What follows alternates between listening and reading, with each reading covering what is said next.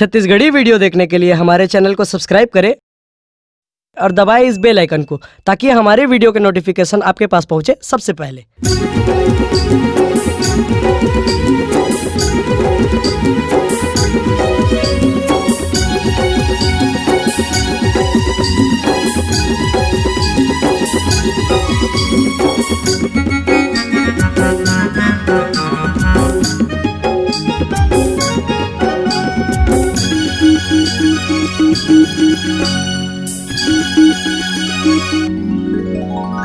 आगे हरेली तिहार संगी मोर, आगे हरेली तिहार, आगे हरेली तिहार दीदी मोर, आगे हरेली तिहार।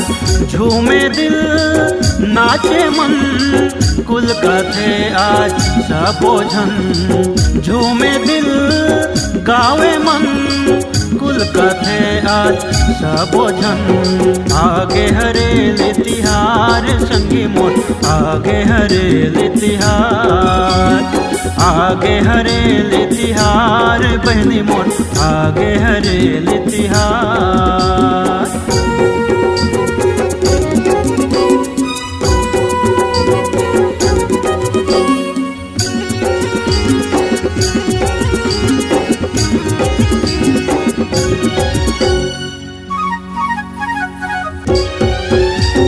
नांगर धोए औ तुतारी, किसान हंसे औ मारे किलकारी। लइका मन जमो गेड़ी चढ़े, डोकरी डोकरा देखत हंसत खड़े।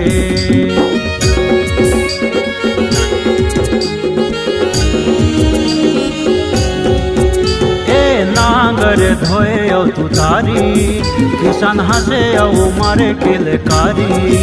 लइका मन जमो गेड़ी चढ़े, डोकरी डोकरा देखत हंसत खड़े।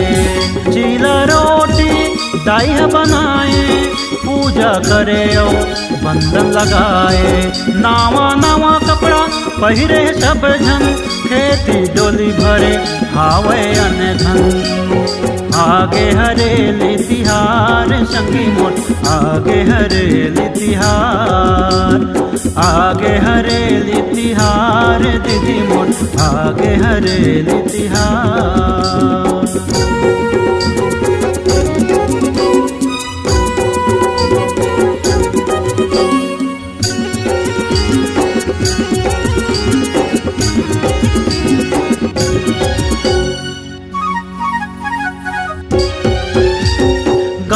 गली हो गे हल्ला, सबो घर मचुरे रोटी बरा।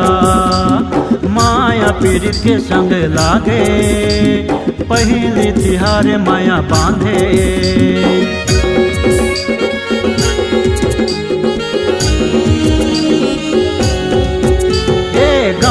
गली माँ हो गे हल्ला, सबो घर मचुरे रोटी बरा। माया पीर के संग लागे, ए पहली तिहार माया बांधे। सुन लेगा मोर काका, सुन ले वो मोर काकी। सुरता राखे रही बेना, ऐसो के तिहार हरियाली। आगे हरेली तिहार संगी मोर, आगे हरेली तिहार, आगे हरेली तिहार दीदी मोर, आगे हरेली तिहार।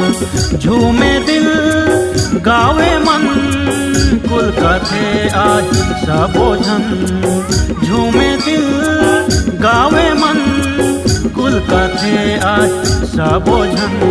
आगे हरेली तिहार संगी मोर, आगे हरेली तिहार, आगे हरेली तिहार बहनी मोर, आगे हरेली तिहार।